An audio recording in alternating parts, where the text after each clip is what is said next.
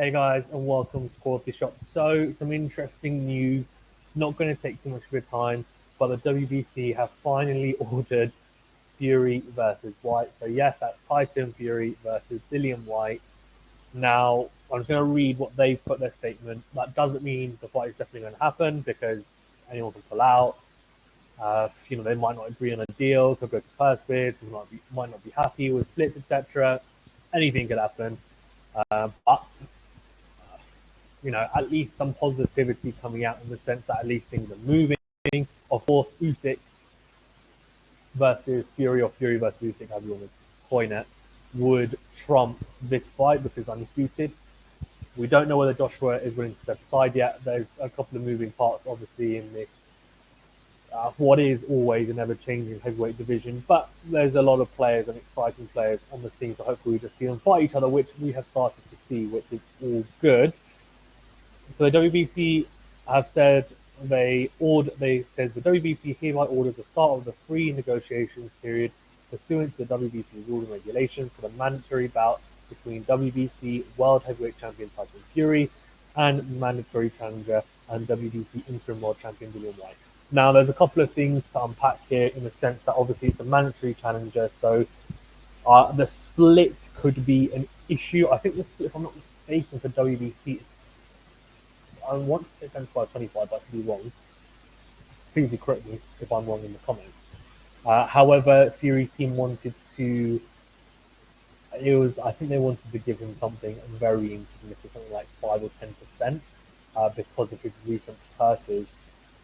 Dillian Whyte gets paid, man. Probably not. Definitely not as much as Tyson Fury. He's obviously signed that really, really prolific deal with Top Rank, and yeah, Tyson Fury is bigger than Dillian Whyte, but Dillian Whyte's still a pay-per-view fighter. And if he fights anyone of decent caliber, he's normally on pay-per-view. Against Tyson Fury, he's definitely pay-per-view, right? And that fight can sell out Wembley, I would say. So, and on top of that, it would definitely sell out if they want to do Old Trafford, for example.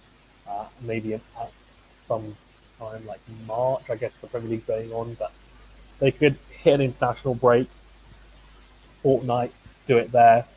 Potentially, Tyson Fury would love it. He's a big Manchester United fan. Either way, though, it's going to be interesting to see what happens because Dillian Whyte has been waiting a long time. We know that. How willing is he to take X amount or X percentage as well? Is he going? Knowing him, he won't be desperate, as in the sense that he's desperate for the shot, but he won't just bend the knee and say, "I'm happy to be lowballed."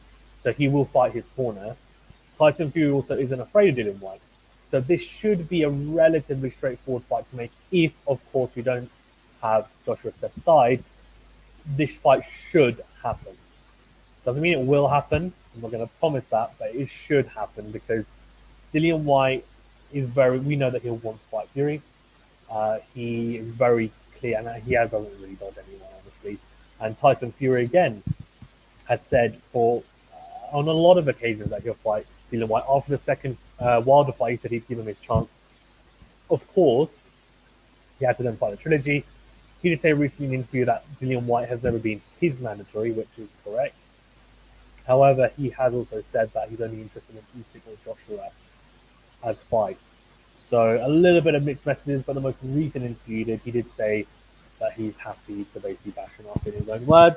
I think he'd like that to be a homecoming fight as well, which it would be, and should only make sense in the UK. It makes absolutely no sense to do it in the US. So we shall see how that one pans out. But in terms of predictions and how it goes, I don't know. We'll get closer. If it even gets made, and when it gets made, if it does, then we will dive into that a bit more, drill down into it, and look into the matchup in detail. But some positive news at least. WBC, I have to be honest with you, I'm not the biggest fan of as of about the last year or so. The franchise belt and everything else, it's not ideal, honestly. I mean, the franchise belt was given to Lomachenko, then apparently they'll pass it to now it's with George Kambosos Jr., which makes no sense because it's supposed to be a status, not a belt, according to Mr. Sullivan, but it's completely changed, obviously. Either way, though, it's still good that they've ordered this specific fight. So hopefully we do see it. And the build-up, let's be honest, will be absolutely ridiculous. It will be so good.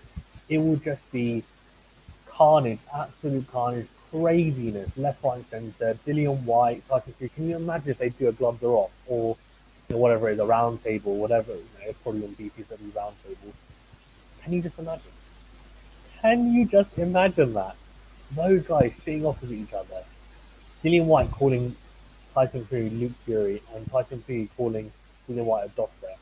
Flipping it. It'll be amazing. It doesn't matter who you support, who you want to win. The build up is box office and pay per view itself. Genuinely, it would be that good. So I'm really hoping it does happen. And I would like to see Joshua face a rematch. I think if he steps aside and then faces the winner, I mean, say for example, and this is again not my prediction, but obviously it's a possibility. Say he steps aside and moves towards to beat Fury, and just has to face him anyways, and then it also looks like he's a bit of a chicken for stepping aside, right? So then mentally that could wreck him. Or two, he steps aside and lets, as say, Usyk gets beaten by Fury. He faces Fury, and Fury's going to say, "Well, I just did your job for you. You can beat him. How are you going to beat me?" I feel like either way, stepping aside, probably not the best idea. If I was to, yeah, if I was to, yeah, um, I don't know. If I was a betting or not, I would say that this most likely. Look, if Joshua doesn't step aside, it will definitely happen. That's my view on it, but we shall see. Anyways, enough of that. Thank you very much, guys, for tuning in. Please remember to smash the like button and subscribe to the channel. Thank you to everyone who joined for the watch along on the weekend just gone. Fantastic turnout for Lynn and Arthur versus Anthony Yard 2. What a fight that was as well. And the undercard, some good fights on it. And Devin Haney versus Joe Diaz. A pretty entertaining fight. I know a lot of people said it was boring, but I thought me and Muhammad enjoyed it a little bit. We will be doing Conor Ben versus Chris Algieri, and of course on the undercard we also have Katie Taylor versus Sharapova. So do keep out for that, and there's other fights on there, of course. We should be doing most of that card. If not myself, it'll be Muhammad, and I might bring it for a bit of it. And then I will be doing Lomachenko versus Richard Coney, which is of course US time, so that will be around about 3-4 a.m. as per usual.